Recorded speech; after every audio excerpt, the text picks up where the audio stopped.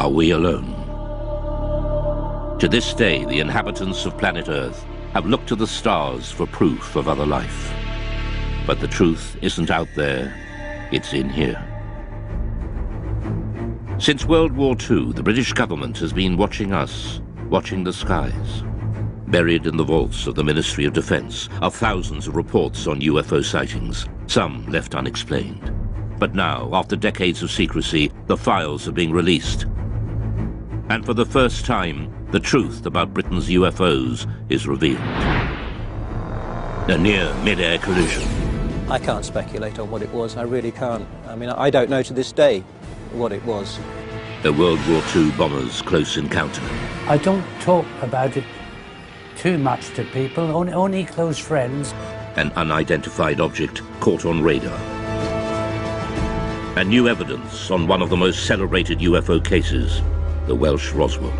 If it could be shown that any UFOs were extraterrestrial in origin, people's entire belief system would fundamentally change. Strange, unexplained stories that leave many wondering if there really is life out there.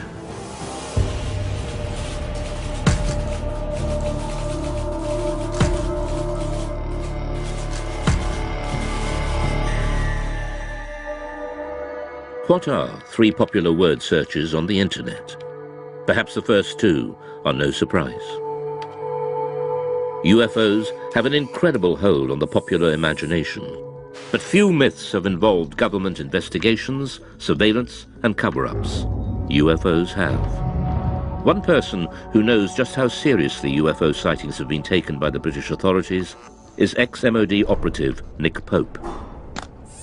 From 1952 onwards, it was decided that there really needed to be a small unit set up permanently to research and investigate the UFO phenomenon. And really from the 50s right up until 2009, the Ministry of Defence did have a small project looking at the UFO mystery.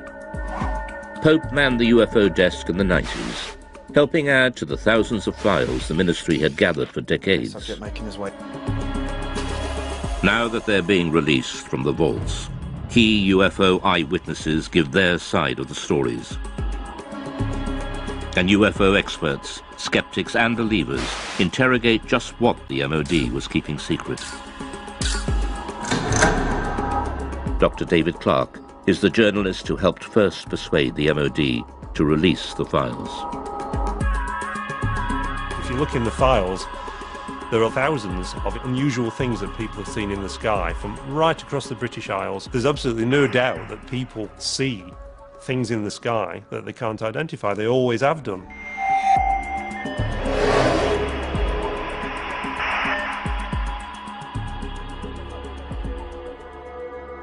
6th of January 1995. Two experienced pilots of a Boeing 737 carrying 60 passengers from Milan to Manchester report a near collision.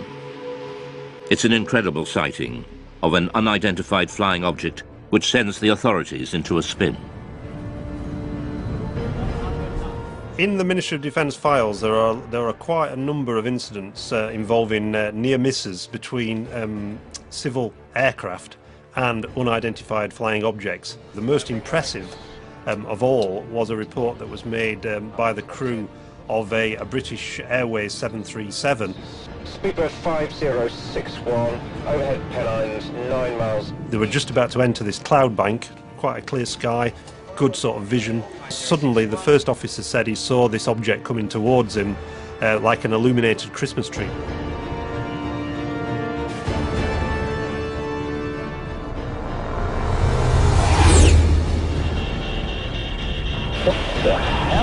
It was so low in its approach and so close that he automatically ducked, thinking there was going to be a collision. This thing just zoomed past, and immediately he turned to the captain and said, "Did you see that?" The captain said, "Yeah, I saw it as well." Immediately the pilots radioed into Manchester Control Tower.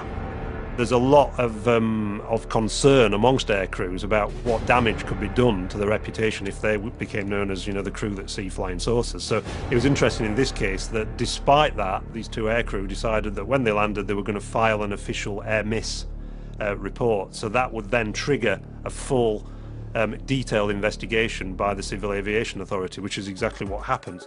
For the first time, the MOD files show how this extraordinary incident sparked a full-scale investigation conducted by aircraft near-miss investigator Anthony Booth. Well, it was unusual for a start because it was the only one in my memory in 7 years of working in that particular department that I'd actually dealt with something like this.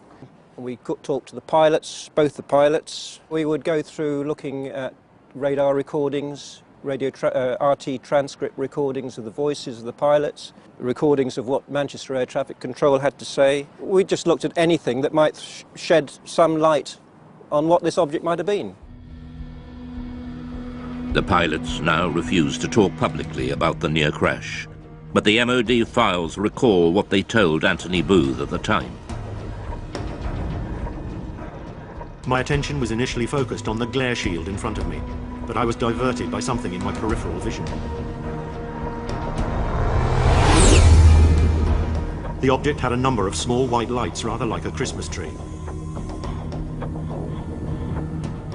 The high speed of the object, although unable to estimate its distance, it was very close. There's a transcript of the conversation between the captain of the 737 and ground control. This is Speedbird 5061. We just let something go down the right-hand side, just above us, very fast. And Manchester immediately come back and say, well, there's nothing seen on radar. Was it an aircraft? Well, it had lights. It went down the starboard side very quickly. Manchester say, and just above you? Just slightly above us, yes. Manchester then advised them to keep an eye out for anything, but they can't see anything at all. It must have been very fast. It will go down very quickly after it passed you, I think. Okay, well, there you go. The Manchester control tower could not find any radar signal. To radar expert Doug Robb, this is extraordinary. It says the likelihood of such activity escaping detection is remote, as the area is well served by several radars, and any movement at the levels in question would almost certainly have generated a radar response. Nothing was seen. So what was it that avoided radar detection? The MOD files showed that the investigators and pilots considered all the possibilities. It was a hang glider. At night, he's suicidal. Hang glider would not be picked up by normal radar, no. A comet? No, don't think so. A meteor could be detected on re-entry if the radar was looking exactly in the right direction as that piece of debris went past at some speed. Military? Maybe, but I didn't recognise it. But we're near a major airport. It would have shown up on the radar response. Spy plane? Don't think so. Didn't look like a stealth. Stealth aircraft would not be picked up by normal radars. If a spy plane is being kept secret, it's not going to be flying where people can see it. And certainly nowhere near airliners. UFO? That'd be daft. I don't know. These pilots are not lying. They did have an unusual experience, which to them remains baffling. The files show the investigation seriously analysed the possibility of military activity, but they found no evidence from any official source. It seems most unlikely that such a flight would have been conducted so close to a busy international airport. So what was it?